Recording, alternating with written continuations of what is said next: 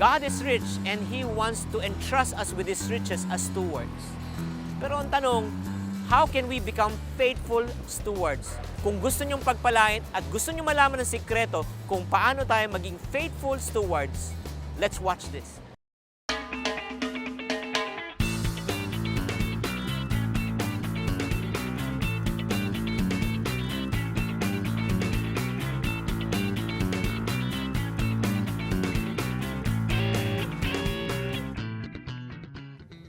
Alam nyo ba, pag sumakay tayo ng taxi, meron tayong tinatawag na flag down rate.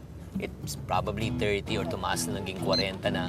So, hindi mo pwedeng tawaran yan. Hindi mo sabihin, mamang driver, baka pwede naman tawaran na lang. Hindi ka pa sasakayin nun, mag-aaway kayo nito. Ganon din. Actually, pag tayo po ay natutong mahalin ng Diyos, ganun din po, no? Actually, the Bible says na meron siyang pinapapractice sa atin yung tinatawag natin na tithe. Tithe, ang ibig sabihin po niyan, 10% or sa wikang Tagalog po ay ikapu. When you say ikapu, kung ano mang kinikita po natin, isasoli po natin sa Kanya yung 10%. Ngunit, may mga nagsasabi sa inyo, grabe naman, sa hirap mga buhay ngayon, hindi kami makapayad ng kuryente at upa, lahat ng pangailangan, kukunan pa ako ng 10%. Maari na hindi natin naunawaan at mahirap talaga tanggapin to. Pero nasa Bible yan eh.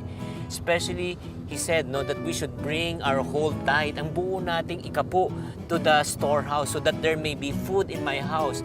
Test me on this, says the Lord Almighty, and see if I will not throw open the floodgates of heaven and pour out so much blessing that you will have not room enough for it.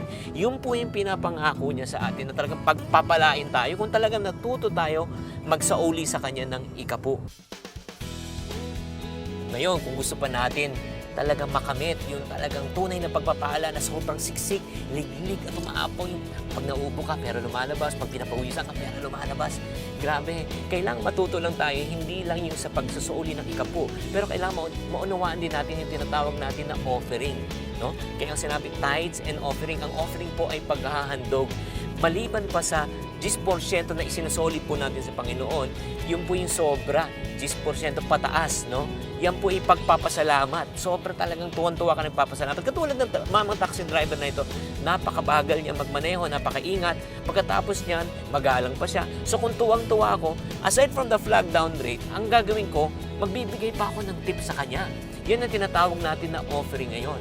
At ang magandang balita, ang multiplication, ang pagdami talaga ng pagpapala ay nanggagaling sa offering. O ano, carry nyo pa bang pinag-uusapan natin dito? O medyo ano ka na? Talagang gusto mo nang pagpalain ka? Gusto mo pang pagpalain ka pa?